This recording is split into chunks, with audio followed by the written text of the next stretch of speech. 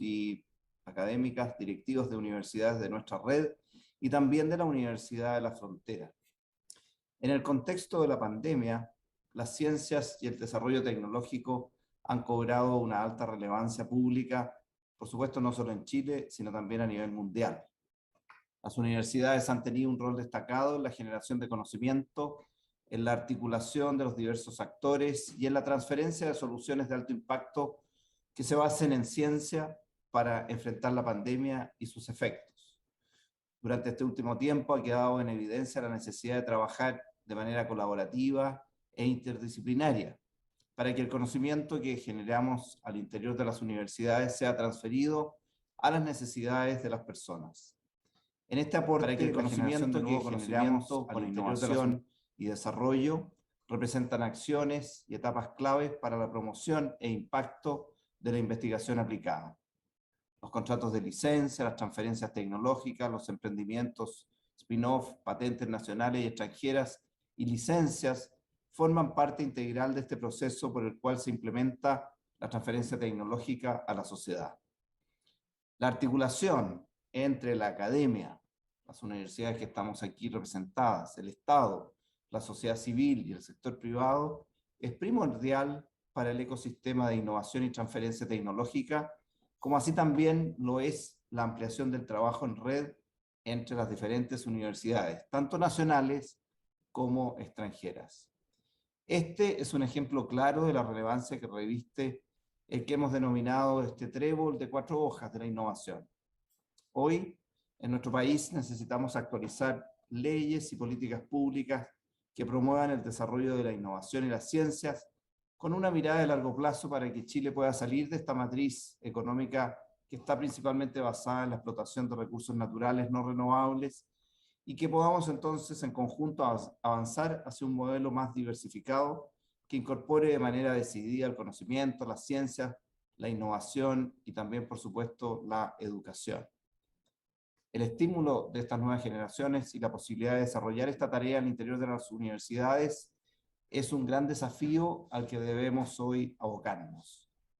Esperamos que el diálogo que se produzca en este encuentro sea transferido al que debemos hoy para seguir avanzando en este camino de innovación. Esperamos que el diálogo que se produzca en el que las sea transferido al que debemos hoy para seguir avanzando en este camino de innovación. Esperamos que el diálogo que se produzca en el que las sea transferido al que debemos para seguir avanzando en este camino de innovación. Esperamos que el diálogo que se produzca en el que las sea transferido al que debemos para seguir avanzando en este camino de innovación. Esperamos que el diálogo que se produzca en el que las sea para seguir avanzando en este camino de innovación. Esperamos que el diálogo muchas gracias, Javiera,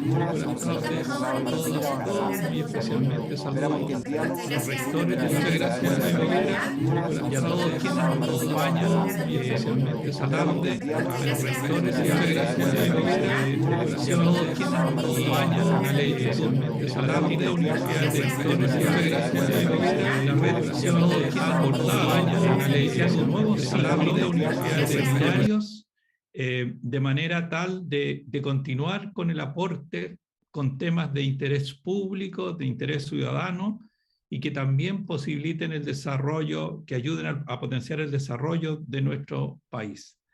La idea es que estos seminarios se constituyen en momentos de análisis y reflexión que entregan nuestros académicos, nuestros especialistas, de manera tal de seguir constituyéndose la red G9 como un aporte al desarrollo del conocimiento y la innovación en el país. En esta oportunidad yo quiero agradecer porque inicia este ciclo la Universidad Católica de Temuco, agradecer a su rector, también al equipo de personas que están involucradas en la planificación de este primer seminario del segundo ciclo de la red G9, también a todos los panelistas que nos van a acompañar de la propia Universidad Católica de Temuco y también de la Universidad de la Frontera, de manera tal de poner en relieve una discusión mucho más amplia de lo que han sido el primer ciclo de seminario de la red G9. Hoy estamos involucrando a diferentes actores de otras universidades, tanto del país como del extranjero, de manera tal de tener una discusión mucho más amplia y diversa. Así que yo termino mis palabras solamente agradeciendo a cada uno de los panelistas que esta tarde abordarán este tema tan importante como es la innovación y la innovación para el desarrollo de un país. Así que muchas gracias. Muchas gracias, rector, por sus palabras. Y como les contaba al inicio de este seminario, hoy conversamos sobre la importancia de promover la innovación y la transferencia tecnológica en las universidades chilenas. En el contexto de la crisis sanitaria provocada por la pandemia, las universidades han tenido un rol destacado a través de la generación de conocimiento, la articulación de diversos actores claves y la transferencia de soluciones de alto impacto basadas en ciencia. Por eso, y a continuación, voy a dejar con ustedes al señor Álvaro Osa, director de Transferencia y Desarrollo de la Pontificia Universidad Católica de Chile, quien presentará su libro Del Laboratorio al Mercado, publicado recientemente por Ediciones UC. Álvaro Osa cuenta con una amplia experiencia en la dirección de gestión de programas de innovación basadas en ciencia, propiedad intelectual y emprendimiento de bases científicas y tecnológicas. Es ingeniero civil industrial de la Universidad Técnico Federico Santa María y máster en Dirección de Empresas Tecnológicas de la Escuela de Organización Industrial de Madrid, España. Adelante, Álvaro, bienvenido. Bueno, muchas gracias. Buenas tardes a todos y a todas. Encantado de estar en este seminario G9, el primero de este nuevo ciclo, además con la presencia de los rectores que finalmente demuestra la importancia de las redes, y algo de eso también comento en el libro, la importancia de poder articularnos, la importancia de poder, ¿no es cierto?, relacionarnos, la importancia además de quienes lideran estas instituciones, o cualquier institución en general, planteando el libro, que puedan estar potenciando y respaldando los temas de transferencia tecnológica. Hoy día les quiero contar, en resumen, voy a compartir pantalla ahora, algunos detalles de lo que ha sido este libro que precisamente lanzamos el 19 de agosto recién pasado, que se llama Del Laboratorio al Mercado. Y les voy a contar una anécdota que un día después del lanzamiento me encontré en el campus San Joaquín con un decano muy ligado a las letras y a las humanidades. Y el comentario que me hizo es que el título del libro le hacía mucho sentido y que a él le gustaban mucho las palabras y qué sé yo, porque era un título autocontenido, autoexplicativo, y me hacía mucho sentido. Cuando lo puse, en realidad me era muy obvio, pero en realidad la importancia es que esta información, este tipo de cosas, más bien sean obvios, ¿no es cierto?, a la gente en general. Y eso es parte de esta motivación que me llevó a poder escribir este libro, El Laboratorio al Mercado. Y lo primero es que quiero en estos 10, 12 minutos hacer una revisión bien rápida sobre lo que es la transferencia tecnológica y por qué es importante en instituciones como las nuestras y en general en el mundo. Primero, porque efectivamente nosotros en las universidades tenemos un rol público y la transferencia tecnológica nos viene a complementar y a favorecer este rol público. Lo segundo es que la transferencia tecnológica permite valorizar la investigación. Nosotros sabemos que la investigación es uno de los elementos fundamentales de nuestras instituciones, que sin duda logran impacto a través de distintos mecanismos, como las publicaciones científicas, pero también a través de la transferencia tecnológica. Y eso es lo que persigue esto, es poder darle valor a esta investigación. Y sin duda algo que incluso lo encontramos en muchas de las visiones o misiones de nuestras instituciones, es poder solucionar problemas y poder contribuir por sobre todo al bienestar de la sociedad. Junto con esto poder mejorar sin duda la competitividad de los países, mejorar la colaboración entre la universidad, el sector público, el sector privado. Entonces, es difícil pensar que la transferencia tecnológica debiese estar ajeno, ¿no es cierto?, a una universidad, y por sobre todo es difícil pensar que debiese estar ajena a cualquiera de las universidades del G9 representadas por sus rectores acá. Ahora, ¿cómo se hace esto? ¿Cómo se hace lo de la transferencia tecnológica?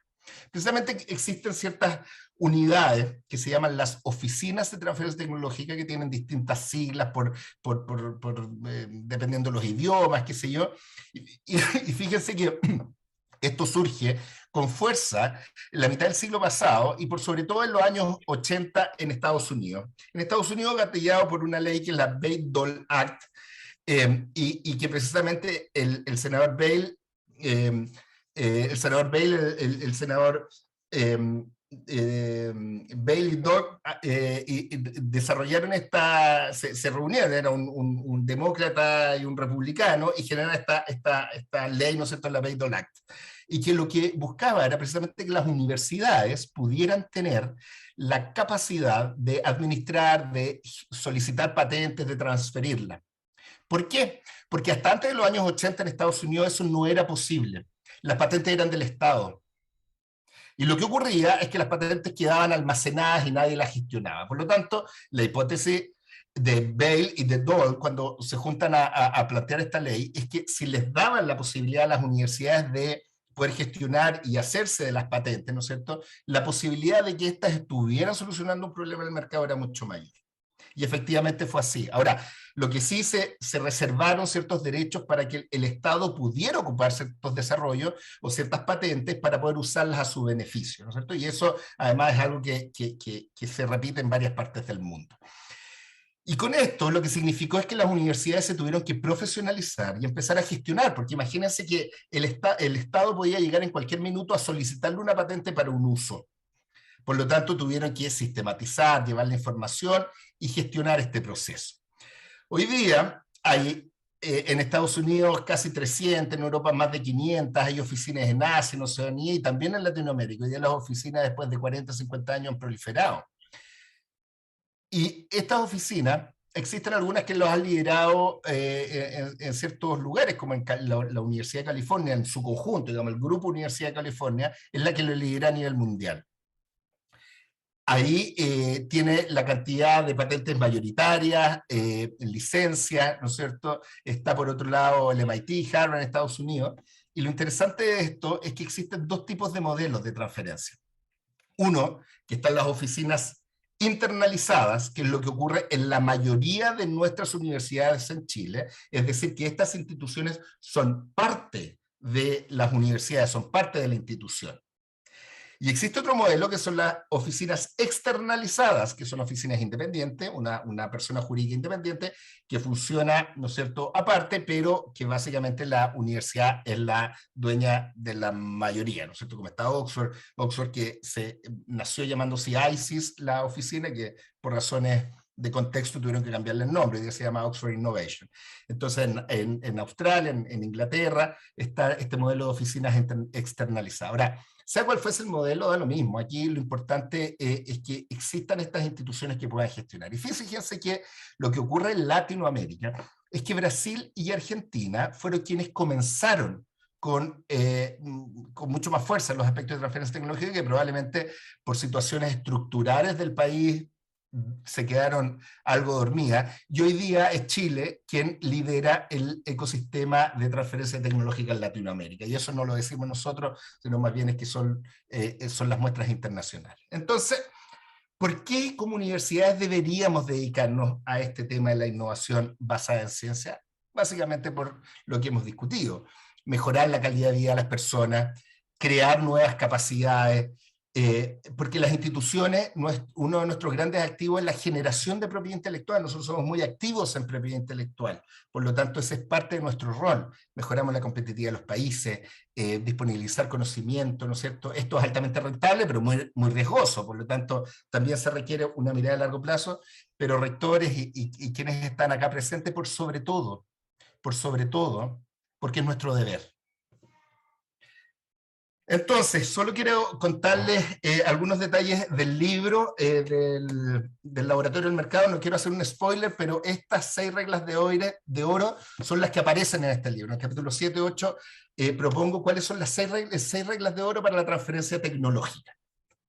Y antes de eso, déjenme contarles que una de las grandes motivaciones para escribirlo, que esto partió hace 5 años atrás, me demoré 4 años en escribirlo, luego estuvimos 1 año en procesos de edición, surge fundamentalmente porque primero no encontrábamos literatura en español en estas materias. Y recuerdo cuando me inicié en estos temas, innovación basada en ciencia, transferencia tecnológica, buscaba mucha literatura. Entonces buscaba en las librerías, no sé, día un poco más fácil, pero estoy hablando unos 15 años atrás, 20 años atrás, buscaba en las librerías si tenían algo de transferencia tecnológica, y no encontraba. Después, en algunos viajes de placer, recuerdo haber estado en Buenos Aires, entonces iba al Ateneo a buscar transferencia tecnológica, pensando que no encontraba nada. Y me metí a los buscadores de estas librerías y lo más cercano era transferencia de material, transferencia de masa. Esos eran los títulos más cercanos a lo que existía acá.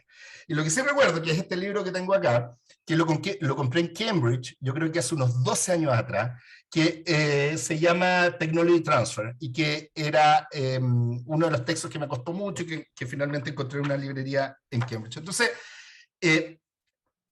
este ejercicio, el ver que no existía material en español, me motivó a, por supuesto, generar el libro, pero además, poder llevarlo con una realidad local, porque lo que ocurre en Cambridge no es lo mismo que lo que ocurre en Latinoamérica. Por lo tanto, esta experiencia chilena, latinoamericana, me parecía que era muy importante reflejarla. Entonces, les voy a contar de estas 6 reglas de oro que planteo en el libro, para ir terminando,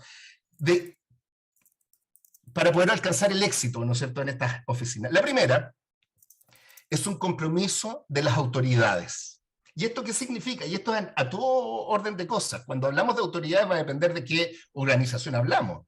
Puede ser, ¿no es cierto?, el gerente general de una empresa, puede ser, o deben ser los rectores de una universidad, o los comités directivos, ¿no es cierto?, o el presidente de la República.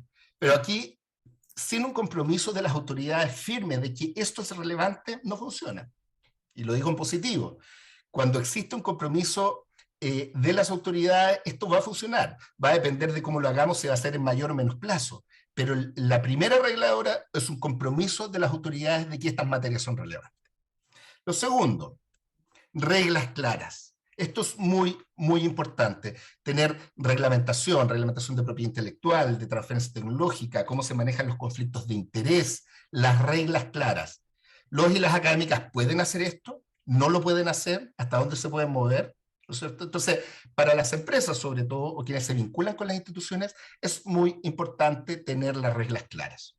Y las reglamentaciones de nuestras universidades datan de la última década, desde el año 2010 en adelante, se empiezan a generar en forma sistemática, pese a que algunas las tenían un poco antes. Por lo tanto, lo que ocurría antes, que nos acercábamos, las empresas se acercaban y decían, chuta, pero ¿y esto cómo se hace? Entonces, la segunda es la reglamentación clara. Lo tercero tiene que ver con los incentivos. Es muy importante tener los incentivos muy bien orientados.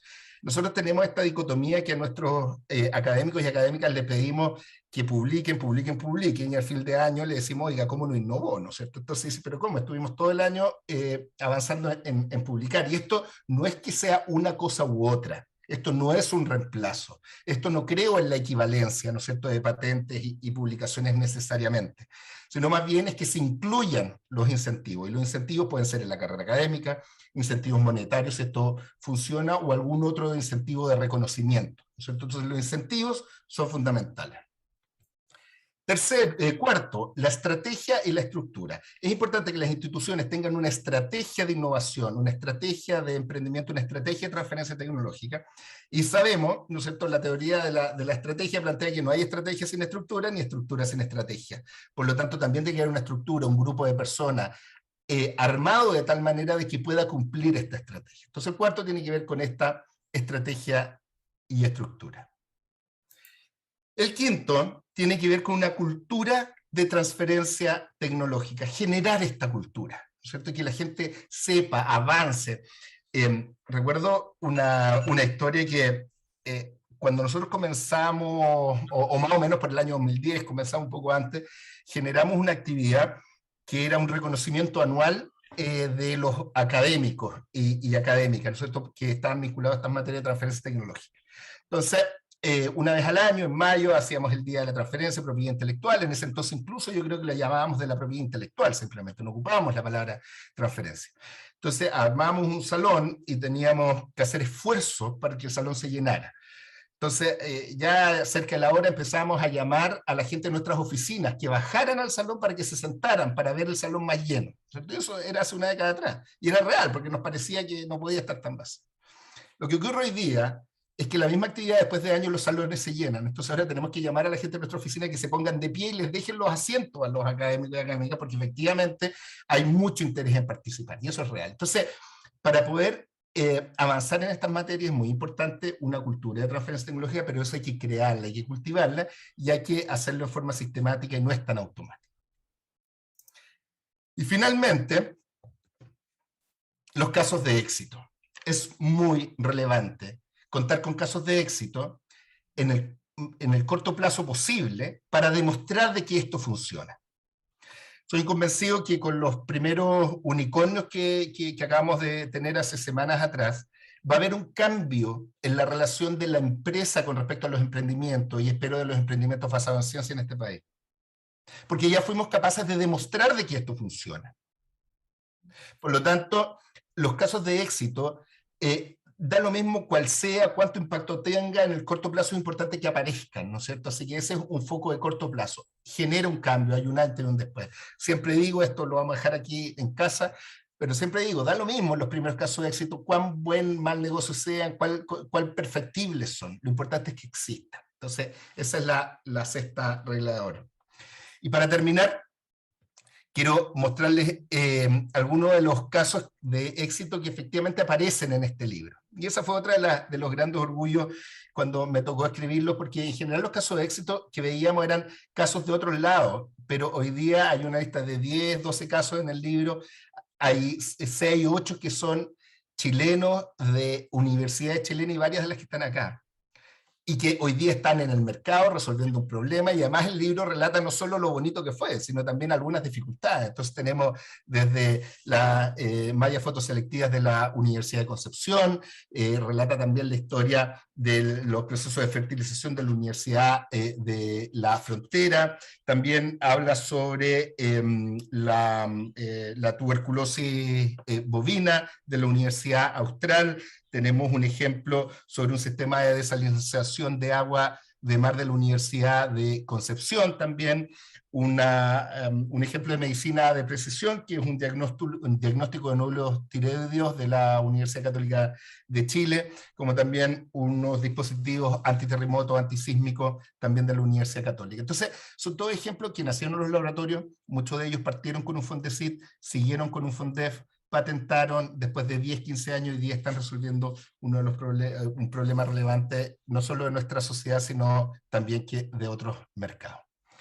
Con esto termino. Quiero mostrarles con orgullo que ayer salimos en el ranking de los libros más vendidos del Mercurio, número 5, y no miren el título, la número 6, y estamos contentos, porque en realidad no nos habíamos imaginado una cosa como esta. Y además, el día del lanzamiento, estuvo número 1 en Amazon, como del libro electrónico más vendido. ¿Y por qué les cuento esto? Les cuento esto, por supuesto, porque nos llena de orgullo, y me llena particularmente de orgullo. Pero les cuento esto porque es un logro lo que hemos hecho como universidades y lo que hemos hecho como sociedad. Porque este libro estuvo número 1 en Amazon y está entre los más vendidos según el ranking que salió ayer en el Mercurio. No porque sea el libro bueno, porque el libro no lo han leído. El libro salió hace 5 o 6 días hábiles atrás. El libro está en estos rankings porque hemos sido capaces de generar una cultura de innovación, de transferencia de tecnología en el país. Porque los rectores han sido capaces de motivar dentro de sus instituciones a investigadores, académicos, académicas, a involucrarse en estas materias. Porque hemos sido capaces en un proceso largo de poder motivar a nuestros doctorandos a que no solo, ¿no es cierto?, su futuro laboral puede estar en los laboratorios, sino que también pueden estar emprendiendo. Entonces pongo esto porque esto es un logro de lo que hemos hecho fundamentalmente en las universidades, que somos quienes tenemos el rol primordial hasta el momento. Esperamos una mayor vinculación del sector privado en estas materias. Y por supuesto, gracias a un rol fundamental del Estado. Aquí Corfo ha estado durante 15, 20 años impulsando esto. Debo decir además que no ha sido fácil, porque cada 4 años los técnicos hemos tenido que ir ahí a defender que estas políticas hay que generarlas de largo plazo, pero se ha logrado.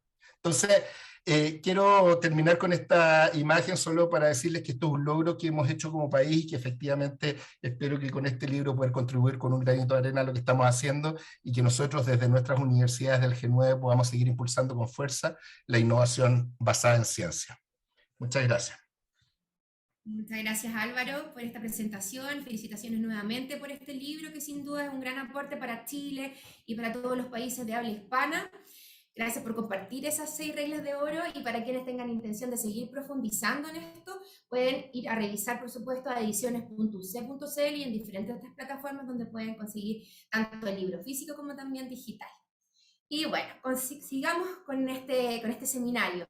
A continuación daremos paso a un panel de conversación sobre los temas que estamos conversando con Álvaro también, y que está integrado por Fabiola Vázquez, coordinadora de transferencia tecnológica de la Universidad de la Frontera, Germán Reren, director de desarrollo e innovación de la Universidad Austral de Chile, y Marcela Angulo, directora de la sede Santiago de la Universidad de Concepción.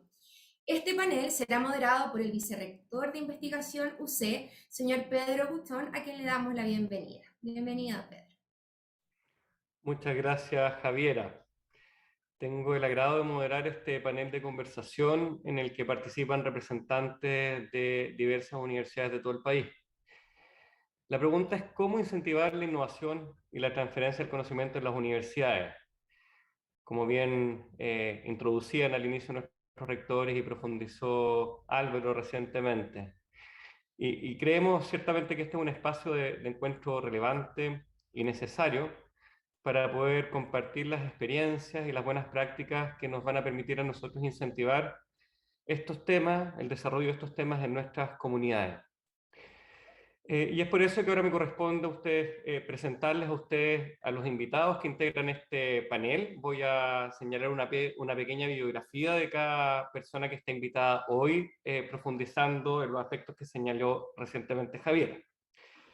Nos acompaña Fabiola Vázquez, quien es coordinadora de transferencia tecnológica de la Universidad de la Frontera y gestora del Centro de Apoyo a la Tecnología y la Innovación de la región de la Araucanía.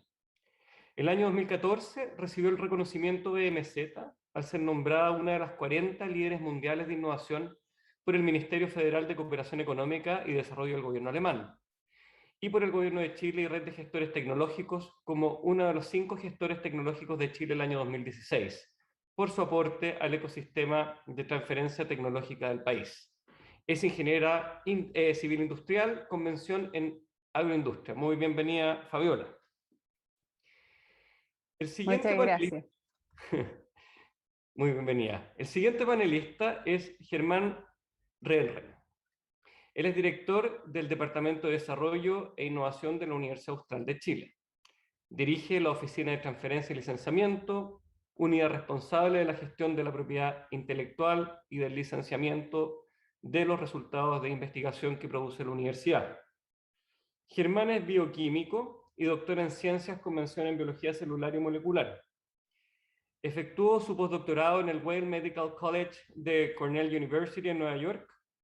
Cuenta con entrenamiento y capacitación en transferencia tecnológica en la Oficina de Biotecnología y Desarrollo de Negocios de Albert Einstein College of Medicine en Estados Unidos y también en la Universidad de Lleida en España. Muy bienvenido, Germán, hoy día. Muchas gracias. La tercera invitada de este panel es Marcela Angulo. Marcela es ingeniero civil con especialización en hidráulica y sanitaria. Es doctora en ciencias ambientales por la Universidad de Concepción. Tiene más de 20 años de experiencia en temas de sustentabilidad, innovación y transferencia tecnológica. Actualmente es directora de la sede Santiago de la Universidad de Concepción y es presidenta del directorio del Centro de Formación Técnica Lota Arauco. Integra los directorios de SENS, ITRENT y Minovex, del Consejo Consultivo de INRIA Chile y del Consejo Chile-California. Es vicepresidente del directorio de la Sanitaria Pública de CONSA y Lago Peñuelas. Entre 2014 y 2018 fue gerente de capacidades tecnológicas en la Corfo, a cargo de los programas de desarrollo tecnológico, vinculación ciencia-empresa y transferencia tecnológica. Muy bienvenida, Marcela. Muchas gracias, Pedro, y feliz de estar en este panel con amigos de larga data. Así es, excelente. Muchas gracias a ti, a los 3 panelistas por aceptar esta invitación a conversar sobre innovación y transferencia del conocimiento en nuestro país. También se va a integrar a este diálogo el director de Transferencia y Desarrollo de la Universidad, Álvaro Oso, así que te damos una nueva bienvenida, Álvaro, una revenida.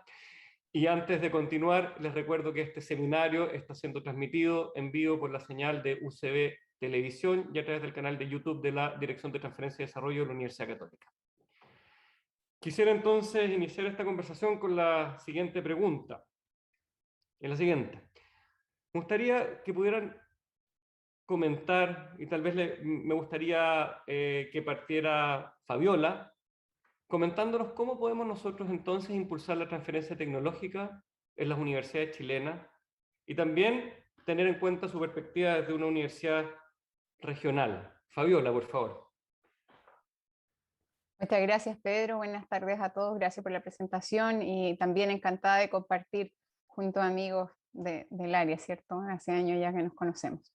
Bueno, ¿cómo impulsar? He pensado en todas las reglas de oro que tiene, o sea, que tiene el libro que comentó Álvaro, de la cual también mandamos nuestro caso de la Universidad de la Frontera.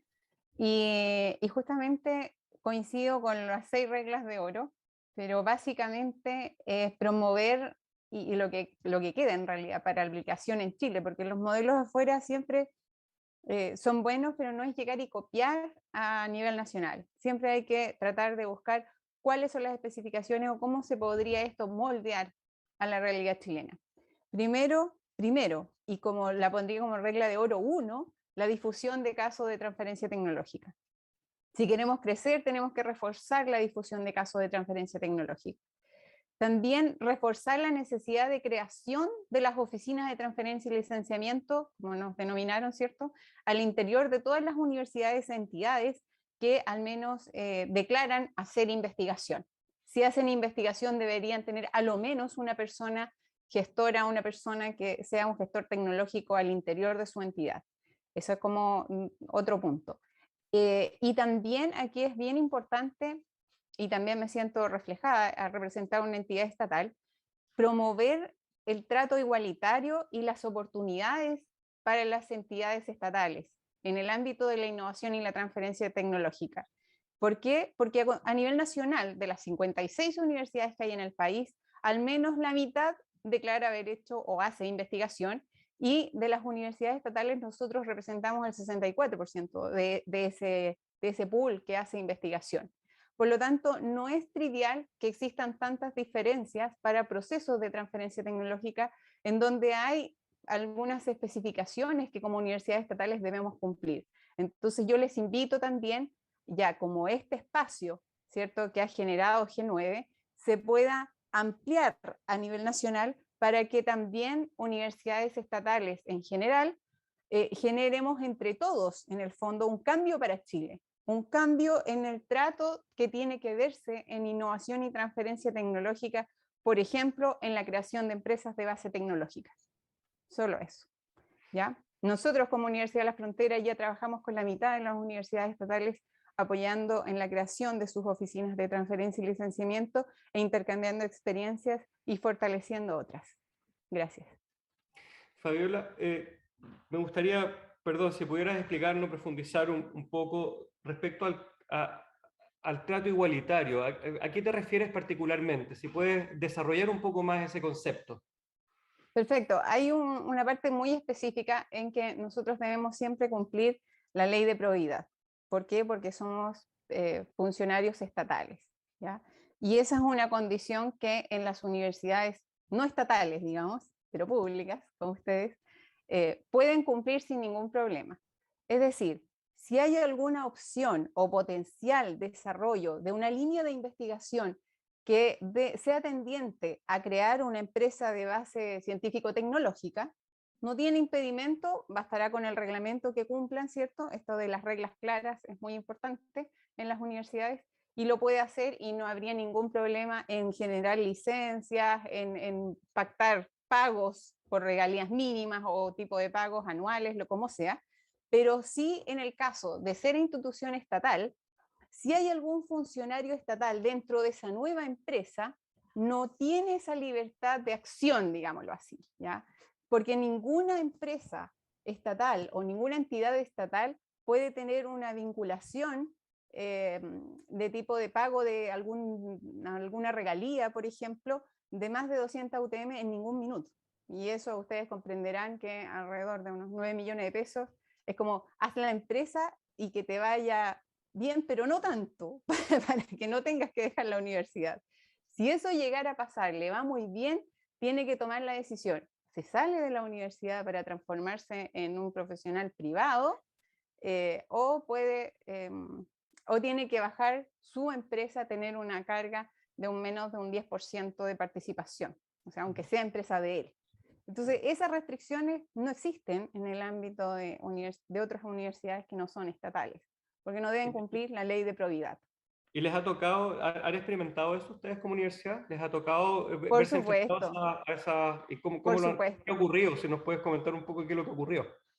Por supuesto, lo que ha pasado es que, bueno, ahí estamos la gente creativa de la unidad de transferencia tecnológica, en donde vemos las opciones cuando tienes de clientes a nueva empresa y tiene un funcionario estatal, se hace un proceso de tratar de dejar un margen de que nunca exista un pago entre esa empresa nueva y la institución, la universidad en este caso, o viceversa, que no sea superior a 200 UTM, o sea, lo ponemos como restricción. Jamás la universidad va a recibir más de 200 UTM, o la empresa de la universidad va a recibir más de 200 UTM.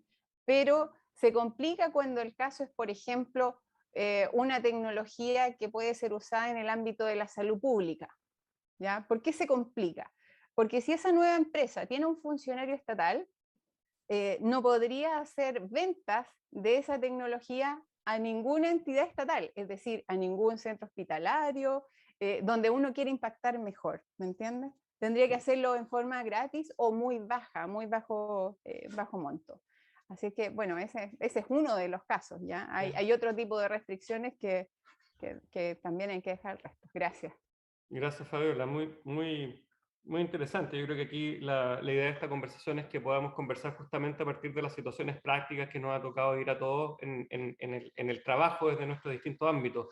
Y por eso me permití a preguntarte adicionalmente, porque creo que eso ilustra y a partir de la visión como concreta de las dificultades, de los casos que uno ha experimentado, etcétera, uno puede realmente pensar en abrir conversaciones que permitan buscar soluciones. Muchas gracias por compartir el testimonio, Fabiola. Germán, Fabiola nos habló más bien desde las brechas, los desafíos que tenían desde la perspectiva de ser un organismo estatal. Me gustaría si tú nos pudieras comentar desde la perspectiva regional, cuáles son, de partida como universidad, primero, cómo ustedes esperan impulsar la transferencia tecnológica en su universidad, y si puedes profundizar también en cuáles son las características que tú, o los desafíos que tú ves que pueden existir particularmente por ser una universidad regional. Germán. Gracias Pedro. Bueno, quiero saludar a los rectores también y por supuesto no he tenido la oportunidad de hacerlo directamente solo por WhatsApp, así que felicito a Álvaro porque su libro en realidad es un tributo a este camino que todos hemos recorrido ya hace bastantes años. Así es que sigue yendo muy bien. Y lo mejor es que aparece en la lista de no ficción, porque si aparece en la lista de ficción sería un problema. Respecto de la consulta, bueno, en este panel tenemos algunos de los primeros protagonistas de la instalación de los procesos de transferencia en Chile.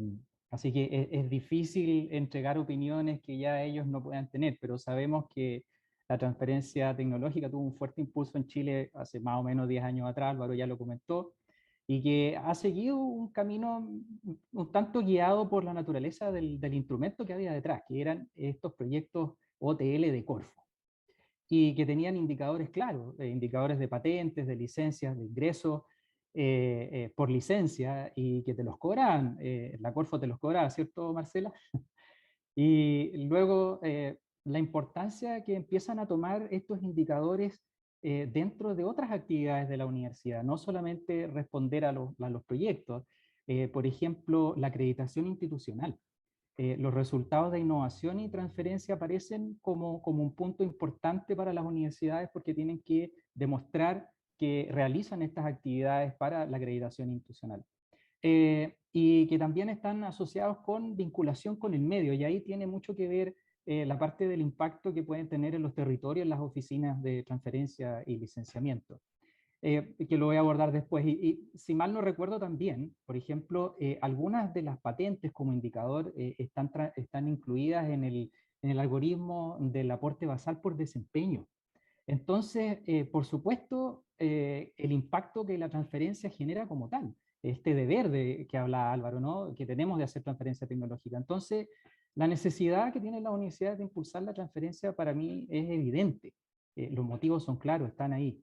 Pero creo que falta un paso adicional, donde la transferencia tecnológica deja de ser una excepción, que ocurre de la mano de algunos investigadores que se atreven por este camino, se motivan por hacer algo distinto, y se transforma en un camino natural dentro de la institución, para muchos más. Y para esto el compromiso de las autoridades es fundamental. Lo mencionaba Álvaro dentro de sus reglas. Es por eso que es tan importante seguir teniendo instancias como esta. O sea, tenemos aquí a los rectores de las universidades, quienes más importantes como para realmente decantar esto luego dentro de la universidad en acciones concretas. Y hablando de lo concreto, por ejemplo, dentro de sus posibilidades, de las formas que hay para impulsar transferencia tecnológica, es que las universidades en general tienen un problema y que tiene que ver con la maduración de las tecnologías. Y una de las cosas que las universidades podrían empezar a implementar, las que ya la tienen y dentro de sus posibilidades, ¿no es cierto?, son algunas medidas. Por ejemplo, ver si pueden lograr programas con financiamiento interno para madurar o acercar estas tecnologías a un estado en que puedan ser transferidas. Que este es uno de los grandes problemas que enfrentan las tecnologías universitarias.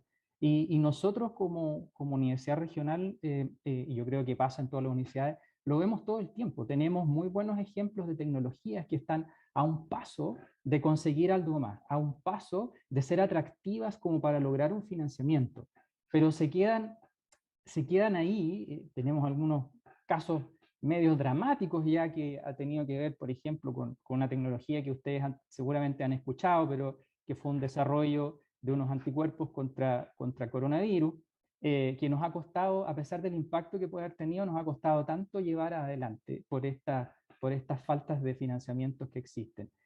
Y dentro del aporte que la universidad puede hacer dentro de la región, a nosotros nos costó, porque normalmente ese tipo de vinculación un poco más de la transferencia tecnológica que puede estar un poco más vista como extensionismo, por ejemplo, de los conocimientos que la universidad tiene, normalmente se escapa del modelo de OTL con el que todos partimos. Entonces, honestamente, nos ha costado un poco incorporarlo, pero nos dimos cuenta de la importancia que tiene, porque para los gobiernos regionales, trabajar con las OTL es un factor muy, muy relevante, ya que realmente podemos ser un enlace y ayudar a desarrollar tecnologías, a buscar soluciones que los pequeños productores regionales pueden tener y pueden encontrar dentro de las universidades. Gracias, Germán. Muy relevante lo que tú dices. Tiene tantas aristas, ¿no es cierto? Tantas aristas, efectivamente, cómo poder lograr llegar a un estado de madurez del desarrollo tecnológico que pueda facilitar la transferencia.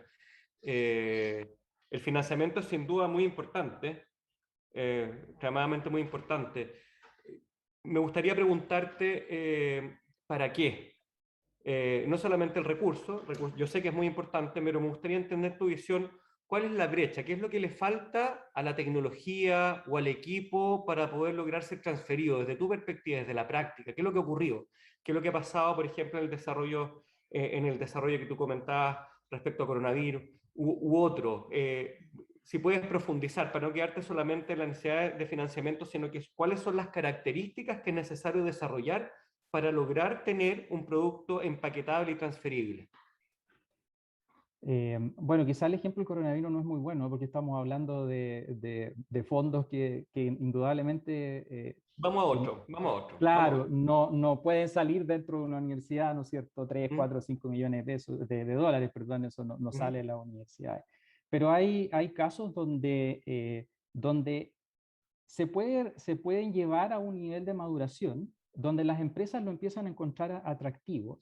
Y esto hablando de la transferencia tradicional, ¿no? Donde un producto de la universidad está siendo de alguna manera empujado hacia un adoptante externo. Y ahí es donde muchas universidades se quedan en el camino, porque el principal problema es que muchos de estos productos no son desarrollados desde el punto de vista de la industria. Por lo tanto, cuando tú empiezas a preguntar si te sirve, si te puede ser útil, si te resuelve un problema, te encuentras con que sí, pero no en la forma en que realmente el adoptante podría encontrarlo útil comercialmente, por ejemplo. Y aquí no estamos yendo netamente a la parte industrial, ¿no? Entonces, sería muy útil contar con fondos de maduración que permitan que uno supere esta brecha donde la tecnología sale del estado de prototipo a un estado donde ya es comercialmente, por ejemplo, atractivo o donde tiene alguna aplicación que uno puede escalar, por ejemplo. El problema es ese, la necesidad de lograr un escalamiento que no cubren los fondos tradicionales de I+D a los cuales todas las universidades normalmente postulan. No Germán, llegan si hasta me esa permite, etapa. porque son dos puntos. Uno, claro, uno puede pensar en que falta necesario tal vez un financiamiento para poder escalar, pero al principio tú abordabas más bien que había un problema de market fit, o sea, en el fondo Sí. que tal vez estaba haciendo un desarrollo que no le resolvía un problema o que no era de interés de la demanda, que son dos cosas distintas. Y eso nos pasa, tú tienes razón, pero eso nos pasa cuando llegamos con tecnologías inmaduras a tratar de hacer este market fit y luego el mismo tercero, el mismo beneficiario, te dice, en realidad, claro, tu tecnología no está en un grado en que pueda ser adoptable o transferible, y además no resuelve el problema que a nosotros en realidad nos gustaría resolver. Entonces te vas con dos palos en la cabeza por uno, digamos, y son dos cosas que te pueden ocurrir, pero que todas las OTL están conscientes y este trabajo se hace detrás, y yo creo que esos problemas ya se están superando. Gracias, Germán. Me gustaría seguir en este ámbito, creo que es interesante, Marcela, y en ese sentido me gustaría preguntarte, ¿qué acciones concretas tú crees que podemos nosotros definir o ayudar a identificar que permitan fortalecer la relación entre las universidades, la industria, también el sector público, para de alguna forma anticiparse a los problemas que se le da a Germán por un lado, por otro lado intentar resolver las brechas que se van generando, y también la importancia que tiene poder definir estrategias de largo plazo a nivel nacional, ¿no es cierto? Porque estos son procesos que requieren mucho tiempo de madurez, son cambios culturales finalmente, que aquí hemos identificado algunos elementos de ese cambio cultural, y por lo tanto necesitan definiciones que tengan una proyección amplia. Entonces, si nos puedes comentar al respecto, Marcela, por favor, desde tu vasta experiencia, la verdad. Gracias, Pedro. Saludos a mis compañeros de panel. Bueno, es una pregunta súper amplia porque tiene muchas aristas, podríamos estar hablando horas de esto, pero yo me atrevería a decir que ese tema que tú planteas de la consistencia de largo plazo es un temazo. Probablemente muchos de ustedes y quienes nos están viendo recuerdan que nosotros cuando yo estaba en la Corfo invitamos a Lita Nielsen, que fue la directora de la OTL del MIT por décadas, y ella lo primero que nos dijo es: paciencia, paciencia, paciencia. Estos procesos toman décadas. No se crean que el MIT le costó 5 años o 10 años, le tomó 20, 30 años cambiar la cultura, generar los mecanismos, movilizar los intereses convergentes, tanto desde de la academia con la industria y el Estado, para poder efectivamente caminar en esa dirección. Y muy bien lo decía Álvaro en su libro, que no lo he terminado de leer, pero lo estoy leyendo con entusiasmo, que efectivamente también tenemos que situar esto en términos de cuál es la masa crítica, cuál es la cantidad, ¿no es cierto?, de insumos que estamos metiendo al sistema, a este sistema de investigación y desarrollo, porque efectivamente la mirada de la investigación aplicada, de la transferencia, no es para todos los académicos y no para todos los investigadores. En el mundo se dice que 20 hasta 30% de los investigadores tienen este interés de hacer cosas concretas que lleguen a productos o servicios que tengan un impacto concreto. Hay otros investigadores que legítimamente tienen más interés en la generación de conocimiento fundamental. Así que hay que aterrizar esto a la escala, al tamaño de nuestro, y al momento de madurez que tiene nuestro ecosistema de ciencia, tecnología, innovación y emprendimiento. Y ahí yo me atrevería a hacer 3 puntos relevantes en base a tu pregunta. Lo primero es que esta antigua disputa de si el origen de la innovación es más science push o es más demand pull, yo creo que la experiencia reciente ha mostrado que no es ni uno ni lo otro, sino una estupenda combinación de ambos, y eso requiere que las partes, y en esto estoy pensando por un lado en las universidades, pero también la industria, tienen que abrirse a dialogar de una forma distinta, a tener un diálogo más permanente en el tiempo, basado en dónde están las complementariedades, ¿no es cierto? Basado en entender dónde hay demandas de la industria, dónde hay grandes desafíos país, en donde el conocimiento de las universidades puede ser puesto en valor para resolver esos problemas y transformarlo en innovaciones que realmente lleguen a cambiarle la vida a las personas. Entonces, ese es un proceso de cambio cultural también. No basta con ir a pedir una carta para un proyecto FONDEF una semana antes. Esa interlocución tiene que ocurrir de forma permanente, tiene que generarse esa confianza. Y hemos visto muchos casos de éxito en donde esos procesos se están instalando de forma más sistemática, y eso hace un cambio notable. Eso es lo primero. Lo segundo que quiero decir en ese sentido es que el tema de la consistencia y las estrategias de largo plazo. Es decir, si nosotros miramos los países que han sido exitosos en cambiar sus modelos o sus trayectorias de desarrollo, desde algunas que han sido más basadas en industrias tradicionales, basadas en explotación de recursos naturales, renovables o no renovables, hacia ecosistemas más ricos en innovación, en emprendimiento, lo han hecho con un esfuerzo sistemático de inversión pública. No nos olvidemos que hoy día, si uno mira a los líderes, claro, Corea, Israel están en niveles de 4% de inversión en I+D respecto al PIB, 2/3 privado, 1/3 público. Nosotros estamos desafortunadamente retrocediendo en los últimos años, volvimos al 0,36, si no me equivoco, y todavía tenemos invertido 2/3 público, 1/3 privado. Tenemos que movernos en esa dirección, y en ese sentido no nos vamos a cansar quienes estamos en esto de decir que aquí se necesita una política consistente que aumente el gasto público para que se puedan crear y acumular conocimiento y grupos de investigación con una masa crítica que permitan efectivamente en el tiempo, ¿no es cierto?, estos desarrollos, y que además seamos capaces de ir interesando cada vez más a los privados para que vayan aumentando también su inversión en I+D, porque no nos olvidemos que somos el último país de la OCDE respecto de la vinculación ciencia-empresa, y tenemos una deuda como país que tenemos que ir resolviendo. Y el tercer elemento que quiero plantear respecto de lo que tú preguntas, Pedro, es que en aquellos países donde hay ecosistemas de innovación mucho más desarrollados, es más fácil encontrar una empresa a la cual licenciarle una tecnología. Lo que nos pasa en Chile es que muchas veces no encontramos esas empresas, no están en el tejido industrial.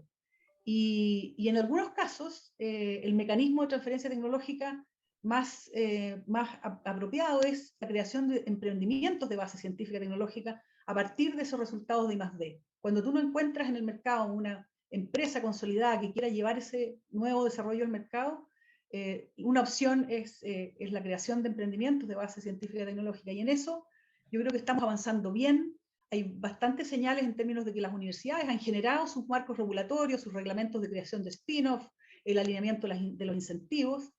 El Ministerio de Ciencia, por otro lado, está haciendo su tarea con el programa de Startup Ciencia, ¿no es cierto?, generando algunas herramientas adicionales, como decía Germán, para pasar ese valle en donde no hay financiamiento en el ecosistema chileno, ¿no es cierto? Hay más a la ciencia fundamental, a la investigación aplicada, y después ya te saltas a los fondos de capital de riesgo, pero probablemente estás muy temprano, estás muy verde para ir a un levantamiento de capital privado más tradicional de venture capital, y necesitas ese espacio. Entonces, yo creo que ahí hay un tremendo desafío, y en ese sentido hay que avanzar, hay que perseverar, hay que encontrar casos de éxito. Hay notables casos de éxito. El caso del doctor Hernán González con Thyroid Print y GeneProx es uno de los casos que creo que debiera inspirar a muchos otros investigadores, porque efectivamente se puede hacer.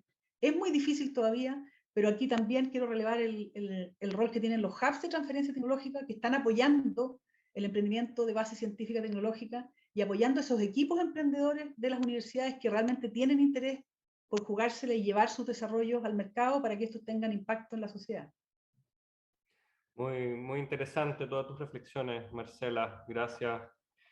se nota una amplia experiencia. Yo rescato, bueno, tantos puntos, pero particularmente yo creo que lo hemos visto nosotros también como universidad, y no solo aquí en Chile, sino que también en el extranjero, la importancia de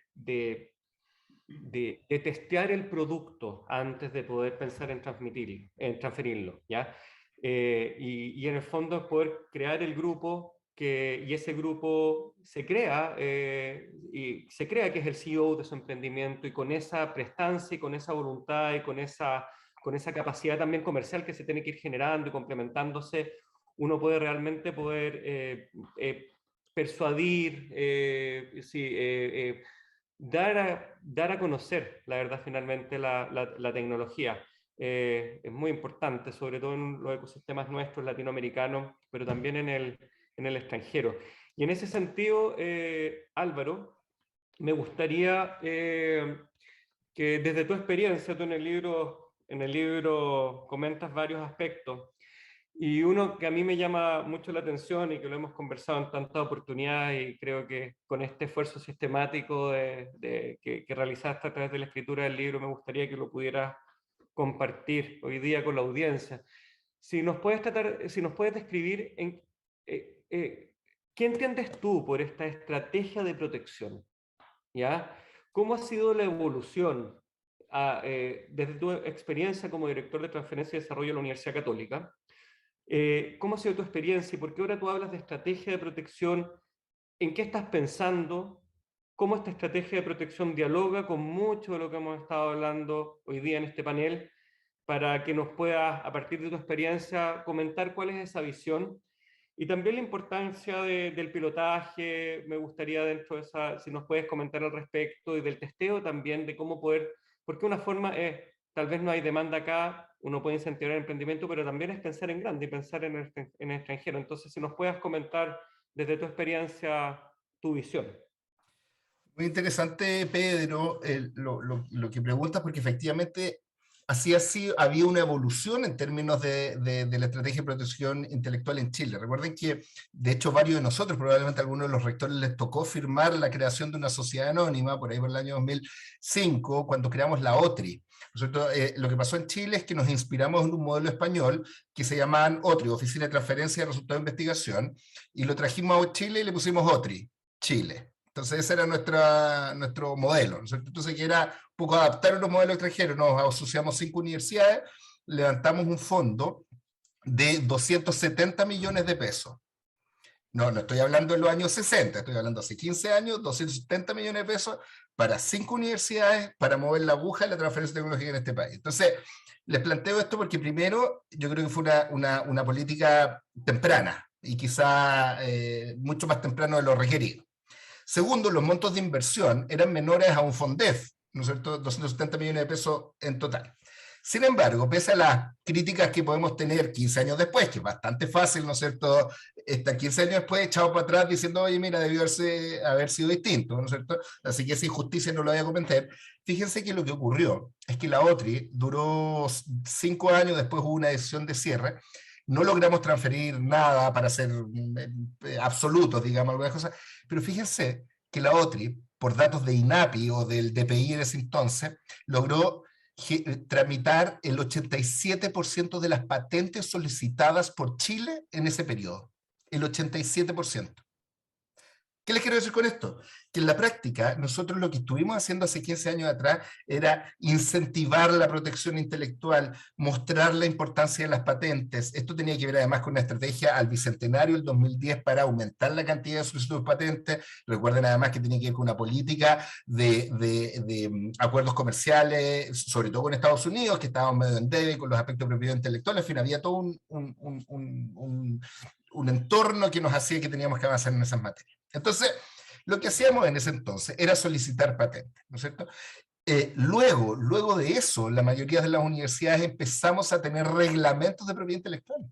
Fíjense que los reglamentos de propiedad intelectual datan de los años 2010, 2009, 2011 y algunos están ahí 2014. La Universidad Católica aprobamos la segunda versión de este reglamento el 2020, 10 años después, ¿no es cierto? Pero les quiero contar que fue bien temprano lo que ocurrió en el 2005.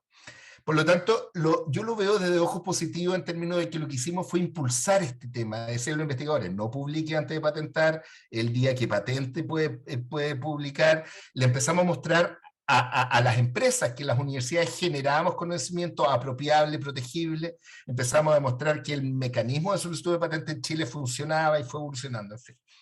Pero lo que ha ocurrido en el camino, Pedro, entonces que logramos generar esta suerte de embudo, porque necesitamos mucho al principio, y hoy día estamos siendo mucho más selectivos. Y a eso me refiero con esta estrategia de propiedad intelectual, porque antes venía algo y lo patentábamos. Hoy día viene algo, nos sentamos a conversar con la industria en este testeo rápido, nosotros decimos, esta cosa funcionará, y la industria nos dice, por supuesto con confidencialidad de esto, porque aún no lo protegemos, mira, funcionaría siempre y cuando fuera rojo, funcionaría siempre y cuando fuera incoloro, ¿no es cierto? Eso lo empezamos a preguntar tempranamente ahora, pero lo que pasaba hace años atrás es que lo preguntábamos bien tardíamente, por lo tanto ya no era posible cambiar el color. ¿Okay? Entonces, así es como estamos hoy día empezando a construir. Y luego nos dimos cuenta que la propiedad intelectual existen distintos mecanismos, no solamente patentes. Entonces, en muchos casos, y lo que ocurre en el tema de alimentos, por ejemplo, que el secreto industrial o el secreto empresarial ha agarrado mucha fuerza. Por lo tanto, hoy día es mucho más recomendable algunos alimentos como una suerte de receta, estoy simplificando la historia, es mucho mejor por secreto industrial que por patente. O una marca, y en fin. Entonces, esta estrategia de propiedad intelectual, Pedro, se refiere a eso, a que si bien es cierto al principio patentamos, ¿no? Y yo creo que estuvo bien para sus comienzos, hoy día más bien estamos viendo con la industria cuáles deben ser los mejores mecanismos. Y para terminar, el tema del testeo, déjame darte un ejemplo. Cuando comencé a escribir el libro, escribí el índice, y luego lo traduje al inglés, y lo compartí con un grupo de gente en español y un grupo, me acordaba a propósito de lo que Marcela decía, incluía a Lita Nielsen. Le compartí este índice en inglés. Y no sé, 15, 20 personas me dieron feedback y retroalimentación y lo logré rearmar. ¿Qué hubiese pasado si yo les hubiese pasado el libro a medio avanzar, a que lo revisaran? Poder corregirlo, rearmarlo hubiese sido muy difícil. Entonces lo que hice fue tempranamente, le dije, por favor, se quedaran callados 5 años. No le dije cuánto tiempo, porque no sabía cuánto me iba a demorar, pero le dije que esto era confidencial, que se me podían dar su retroalimentación, y dentro de las cosas que me dijeron era, incluyamos más casos de éxito, pongamos el caso de éxito en el primer capítulo, ese tipo de cosas que probablemente hoy día han tenido fuerza. Entonces, con este ejemplo les quiero decir que es muy importante testear, validar, hacerlo muy tempranamente, porque cuando ya llega en etapa un poco más tardía, podría ser, Pedro, un punto ya sin retorno. Excelente, excelente Álvaro. Muchas gracias por compartirnos tu visión y el desarrollo histórico de cómo hoy día ya como institución son capaces, ¿no es cierto?, como dirección son capaces de poder avanzar en esa dirección. Ahora, no es necesario hacer todo ese recorrido, ¿no es cierto?, para llegar a esta última etapa, ¿no es cierto? Entonces, esa es la idea de poder compartir estas experiencias en grupo para poder ir acelerando la generación y la transferencia de conocimiento, también ayudando a poder producir ciertos ajustes para cortar más tempranamente las brechas y poder avanzar más rápido en la gestión de las entidades que están desarrollándose en estos ámbitos. Me gustaría preguntar brevemente tal vez a Fabiola, en base a esta reflexión, el valor que tú le ves a las redes, ¿ya? Me gustaría entender, porque esto la verdad implica un trabajo conjunto importante. Entonces me gustaría preguntarte cuál es el valor que tú le asignas a las redes y cómo ustedes creen que estas redes pueden ayudar justamente a transitar más rápido en este desafío. Gracias, Pedro. Absolutamente de redes me estaba acordando cuando escuchaba hablar a Álvaro, porque yo fui parte, era de las que hablaba en Marcianet en el 2004, entonces nadie entendía qué estaba diciendo esta niña. Pero cuando ya llega el año 2011 y ya habíamos más de 4 profesionales a nivel nacional que hablábamos idiomas similares, que teníamos idea de lo que había pasado con la OTRI, de lo que teníamos idea de lo que se podía venir, de cómo podíamos avanzar, de que también teníamos las incubadoras de negocio con un paso adelante, pero decíamos, pero como que falta algo entre medio, ¿qué pasa con la academia? ¿Qué pasa con la investigación aplicada? Bueno, 7 profesionales nacionales, no sé si estaba en esta conversación Álvaro, pero obviamente es parte de los fundadores, partió con Etienne Chopin con una presentación que él dio en Corfo, que fue el primer encuentro de universidades de transferencia tecnológica, que lo hizo la SOFOFA en Santiago. Estoy hablando de octubre 2011, el año es correcto, ¿eh? Octubre puede ser otro mes, pero en esa presentación, él fue el primero que nos motivó y dijo, oye, esto tenemos que trabajarlo en red. Por eso yo lo viví y siento que es lo mejor que pudimos haber hecho, haber creado la red de gestores tecnológicos, que fue su primer encuentro el 2011. Apoyamos justamente e impulsamos el que Corfo dé el financiamiento para crear las oficinas de transferencia y licenciamiento en el país, y de ahí empezar a crear masa crítica, porque lo que pasaba, o analizando la situación como la resumió muy bien Álvaro, es que al interior de las universidades había poca gente que gestionara, que se entendiera este lenguaje, tanto de la investigación, de los investigadores, con la parte empresarial, ¿ya? Era muy de la mano con lo que mencionó también Marcela, en esta reflexión de que la empresa firmaba para ir en el proyecto, pero nunca fue parte del proyecto, o muy pocas veces se le preguntó algo, o trabajaron realmente juntos. Yo veo que esa realidad es distinta ahora, y eso ha sido gracias a la red al trabajo en red, ¿ya? La red de gestores tecnológicos es la mejor red que tenemos a nivel nacional en este minuto, y obviamente el que ustedes estén trabajando en red, en el G9, el que existan redes de formación en las macrozonas de regionales, etcétera, en las 5 macrozonas del país, eso va a funcionar para que vayamos avanzando a un ritmo que vaya acelerando los procesos de transferencia tecnológica.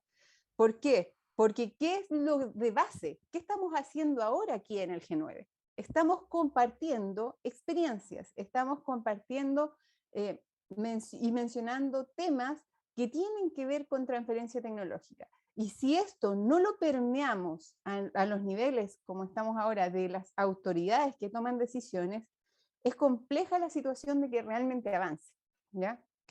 Y diciendo, Pedro, como mencionabas tú, claro, a veces pensaban, ya, hay que patentar. Ya, me veía a mi rector anterior y me decía, Fabi, quiero patentes. Ya, perfecto, pero eso requiere esto y requiere además que armemos realmente una estrategia para que la investigación de la Universidad de la Frontera, en este caso, pueda ser realmente protegida y transferida, pero hay muchas más formas, ¿ya? Así es que el trabajo en red es muy potente porque uno puede ir avanzando por capas y nivelando a los profesionales. Ahora, claramente, algunos hoteles fue mejor que otras porque hubo una rotación de los profesionales, ¿ya? Porque ahí ya entramos a libre mercado y la grúa pasaba por las regiones y se llevaba, ¿cierto?, las personas que queríamos retener en las regiones o los que nos quisimos quedar porque nos gusta el entorno, porque nos gusta la región. Es complejo el tener los sujetos. ¿Y por qué es difícil eso, Pedro? Porque todavía falta, poco a poco ha cambiado, ya mi institución obviamente ha cambiado, pero falta que las autoridades de la institución visualicen en los profesionales de gestión tecnológica que son un aporte no solo a su entidad, sino que también al país, ¿ya? Muy bien. Entonces, emigran ya, ok, se va, tomaré otro ingeniero, pero hay un proceso de transición, de preparación, que hace lentecer el proceso. Así que concuerdo obviamente con Marcela que esto es de largo aliento y el trabajo en red favorece el que avancemos con un nivel, digamos, de un tejido de transferencia tecnológica mejor y facilitando esto. Porque si mi interlocutor no lo sabe, claro. Gracias a ti, Pedro.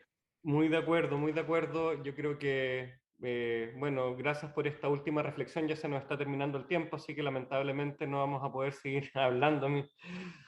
Sí, créanme que hubiera tenido tema para mucho tiempo más. Yo sé que ustedes también. Creo que es muy importante este último concepto. Lo rescataron todos, ¿no es cierto? La importancia del trabajo en red.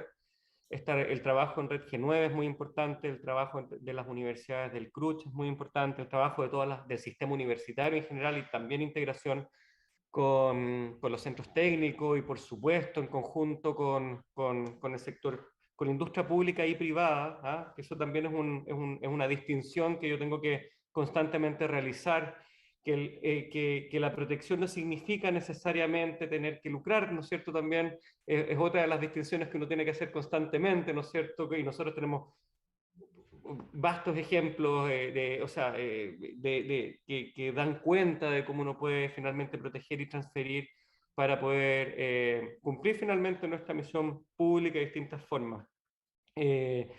Yo quiero destacar también acá que hoy día hay representantes de 3 universidades regionales: está Marcela, está Germán, está Fabiola, ya, además de Álvaro. Yo creo que esto da cuenta del nivel de excelencia que se ha conformado en las distintas universidades. Yo estoy consciente, Fabiola, de que tienen un desafío, ¿no es cierto?, constante de poder proteger aquello que ustedes han sido capaces de construir con tanto esfuerzo, dedicación y disciplina. Yo soy un convencido, y lo compruebo aquí con este panel realmente de excelencia, de que es extremadamente importante profesionalizar a las universidades, particularmente en este y en otros ámbitos, pero en este ámbito yo creo que es muy importante. Y la gestión del recurso humano es extremadamente relevante para la institución. ¿Ya? Y es por eso que nosotros también desde la institución, desde el ámbito académico, tenemos que ser capaces también de generar los incentivos, los reconocimientos, para poder contar con un equipo de excelencia profesional que sea capaz de apoyarnos en estas materias. Es fundamental, es fundamental.